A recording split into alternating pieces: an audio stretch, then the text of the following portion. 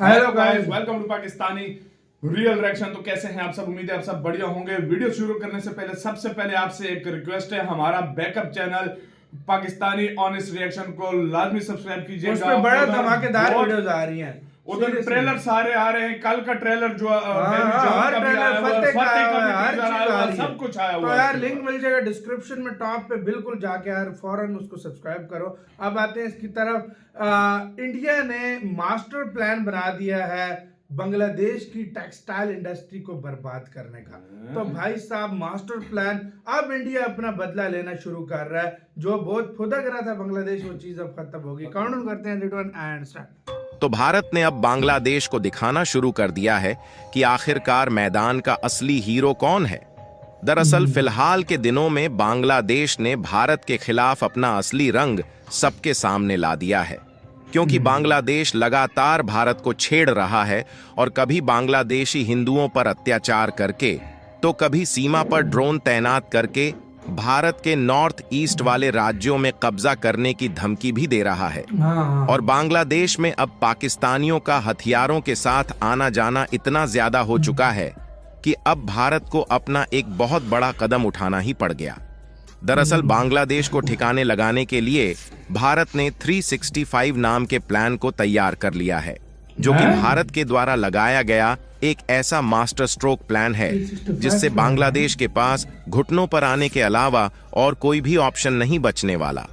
पूरी डेवलपमेंट क्या है इस वीडियो में समझते हैं, लेकिन आगे बढ़ने से पहले भारत ने बांग्लादेश को घुटनों पर लाने के लिए मास्टर स्ट्रोक प्लान तैयार कर लिया है।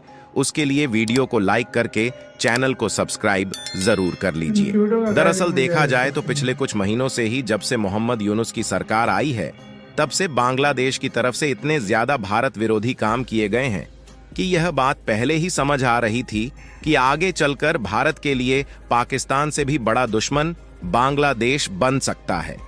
और वह समय आने में 2-4 महीने भी ढंग से नहीं लगे, बल्कि 2024 के अंत में ही बांग्लादेश ने भारत के बॉर्डर पर ड्रोन तैनात करके और भारत के इलाकों पर कब्जा करने की धमकी देकर यह बात साफ कर दिया है कि उनके इरादे भारत के लिए किस तरीके से है। खैर, हम लोगों को तो बांग्लादेश के इरादे समझ में आ गए हैं, लेकिन उनके द्वारा भारत के लिए क्या कहा जा रहा है उसे जानने के लिए सबसे पहले आप इस खबर को देखिए, जो कि हाल ही में निकल कर आ रही है, जिसमें बांग्लादेश का कहना है कि हम भारत के साथ बिगड़े संबंधों को सुलझाना चाहते हैं। यहाँ पर बांग्लादेश की तरफ से यह कहना ही उनकी सबसे बड़ी समस्या है, क्योंकि बांग्लादेश कह कुछ और रहा है और पीठ पीछे कुछ अलग ही कारनामे कर रहा है। क्योंकि बांग्लादेश की तरफ से फिलहाल के दिनों में न सिर्फ इंडियन बॉर्डर पर ड्रोन और हथियार तैनात किए गए हैं, बल्कि बांग्लादेश ने भारत के साथ कुछ डील को भी रद्द करने का आर्डर दे दिया है, जो भारत के लिए भी किसी झटके से कम नहीं है। क्योंकि इस मैप में आपको जो असम, मेघालय, त्रिपुरा और मिजोरम जैसे भारत के नॉर्थ ईस्ट इलाके वाले राज्य दिखाई दे रहे हैं, इन राज्यों में केबल के जरिए हाई स्पीड इंटरनेट पहुंचाने के लिए बांग्लादेश की टेलीकम्युनिकेशन रेगुलेटरी कमीशन के साथ भारत ने समझौता किया था कि हम आपकी ट्रांसिट रूट का उपयोग करके इन राज्यों में हाई स्पीड इंटरनेट पहुंचाएंगे।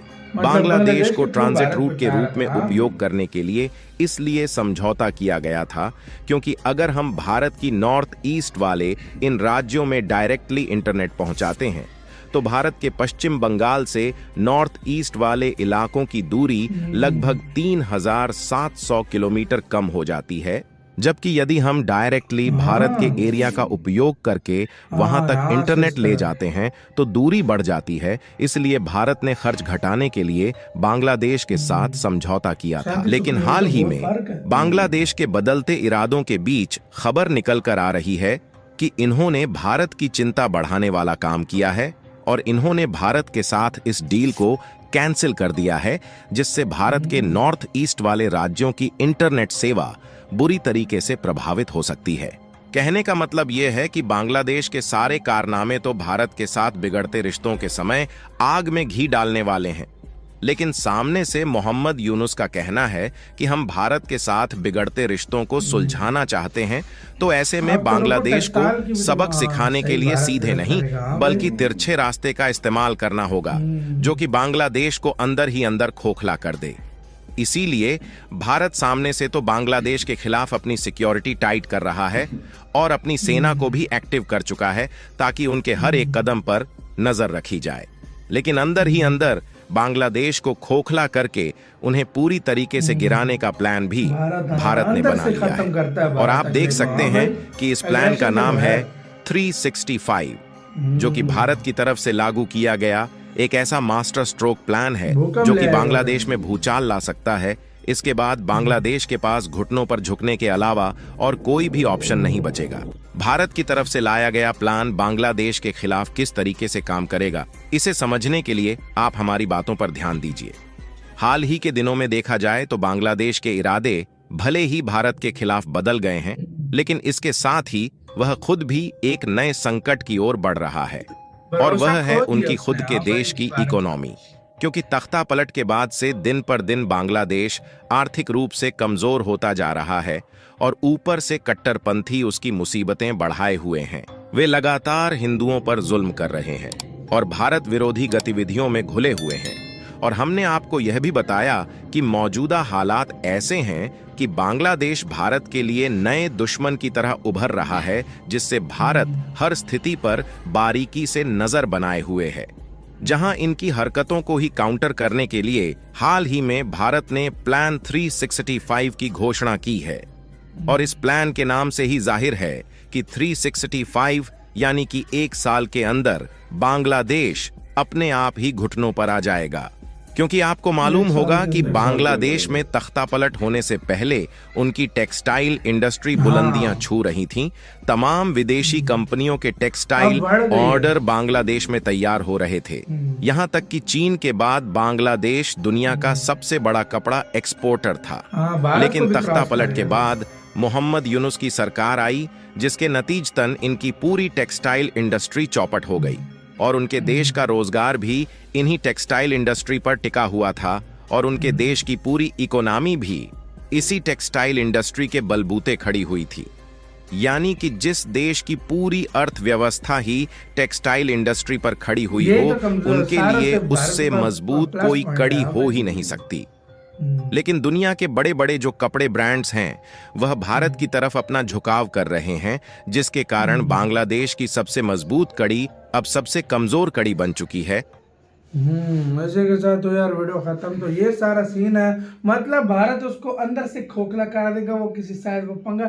काफी लोग अभी सोच रहे होंगे भारत एक्शन क्यों नहीं ले रहा। भारत एक्शन ले रहा है। भारत ऐसे एक्शन लेता है कि अंदर से खत्म कर देता है अगले को। वो आगे हिलने जुलने लायक वो कंट्री फिर नहीं रहता जो भारत से पंगा रहता है। हाँ, असल में कंट्री एक जो समझने वाला कंट्री समझदार कंट्री हो।